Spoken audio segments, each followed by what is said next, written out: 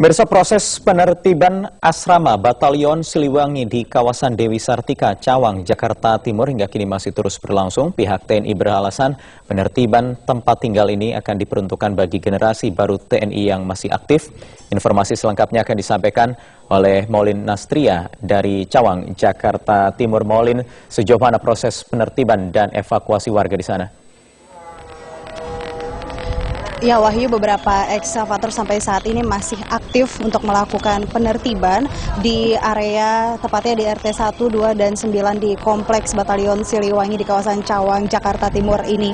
Di sini ada 113 rumah milik warga yang terpaksa harus ditertibkan. Dan rumah-rumah ini telah mereka huni sejak orang tua mereka menjadi prajurit aktif dan berjuang untuk negara di zamannya di era tahun 45. Selama proses penertiban asrama ini memang terjadi pro kontra antara warga dan juga TNI AD. Belum ada titik tengah yang benar-benar memihak kepada keduanya.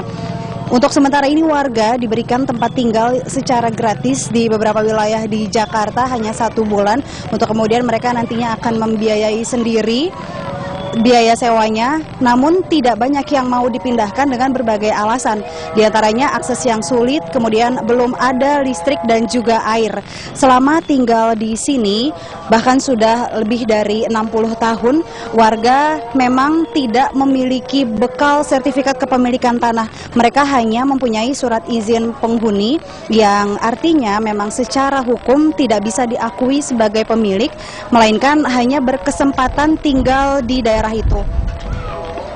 Dan sebelumnya dari wilayah yang tengah dibongkar ini pada September 2014 kemarin terbakar dan menghanguskan rumah-rumah mereka serta barang-barang milik warga. Sehingga di sekitar bulan November sampai awal tahun ini, warga sedang dalam tahap perbaikan bangunan pasca terjadinya kebakaran.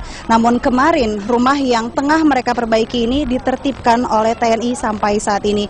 Kembali lagi mengenai pro kontra yang masih ada dan belum ada jalan tengah dari kedua belah pihak ini. Dari sisi warga merasa bahwa ini merupakan hak mereka sebagai penghargaan atas jasa-jasa orang tua mereka sebagai pejuang, dan mereka mengaku sah-sah saja tinggal di wilayah ini karena memiliki surat izin penghunian dari Kodam. Sementara dari sisi TNI, lahan ini merupakan milik negara yang sengaja memang disediakan oleh negara untuk para prajurit aktif dan perlu adanya regenerasi penghunian.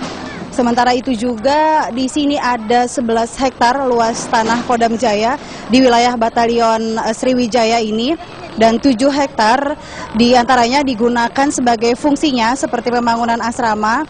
Kemudian di tahun 70-an, tepatnya di era Gubernur Ali Sadikin, ia meminta 1 hektar untuk dibangun terminal Cililitan yang saat ini telah berubah menjadi pusat grosir.